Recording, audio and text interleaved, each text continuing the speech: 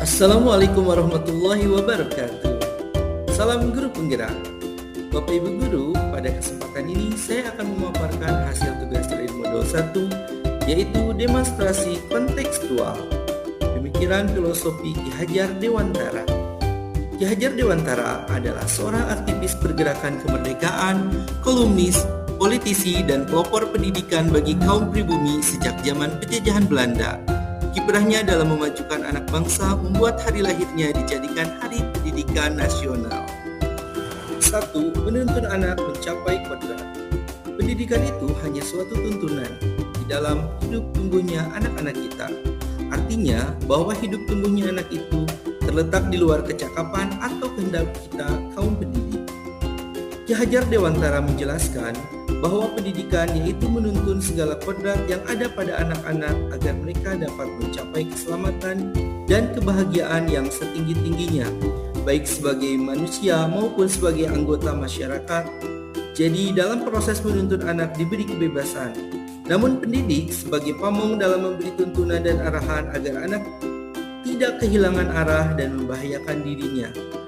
Jadi seorang pamong dapat memberikan tuntunan agar anak-anak kita dapat menemukan kemerdekaannya dalam belajar. Yang kedua, pembelajaran berpusat pada anak. Sebagai pusat pembelajaran, kebutuhan anak harus terpenuhi. Anak perlu merasa aman, nyaman, berharga, dicintai, dan dipahami. Ini akan mendorong munculnya motivasi dan kesadaran anak untuk belajar. Setelah tumbuh motivasi belajarnya anak, perlu hal yang menyenangkan dalam belajar. Apa yang dekat dan dikenal baik oleh anak merupakan hal yang menyenangkan bagi anak. Sesuatu yang akan mudah dipahami anak karena anak sudah mendapatkan pengalaman dalam bentuk lain yang berhubungan dengan materi yang diajarkannya. Jadi apakah pembelajaran kita sudah berpusat pada anak? Prinsip pembelajaran yang berpusat pada anak lainnya adalah menjadikan anak sebagai subjek pembelajaran. Sebagai subjek, anak-anak yang aktif membangun pengetahuannya. Jika guru masih dominan dalam proses pembelajaran, maka ia sudah mengambil hak anak untuk memberdayakan dirinya. Semoga kita semua calon guru penggerak dapat menjadikan anak sebagai pusat belajarnya. Yang ketiga adalah trilogi pendidikan. Ingarsa Sungkulodo. Seorang pendidik harus memberikan teladan atau contoh tindakan yang baik. Selain mengajar atau mentransfer ilmu, kita harus memberikan teladan kepada para siswa, setidaknya mengenai hal yang diajarkannya. Ingmadya Mangunkarsa. Guru harus menciptakan prakarsa dan ide. Guru selalu berada di tengah-tengah murid untuk memberikan semangat. Di sini guru harus bisa memberikan wawasan pengetahuan kepada siswanya. Harus dicermati, mereka harus bisa memberi wawasan, bukan hanya membaca ulang apa yang sudah tertera di buku yang dipegang oleh siswa.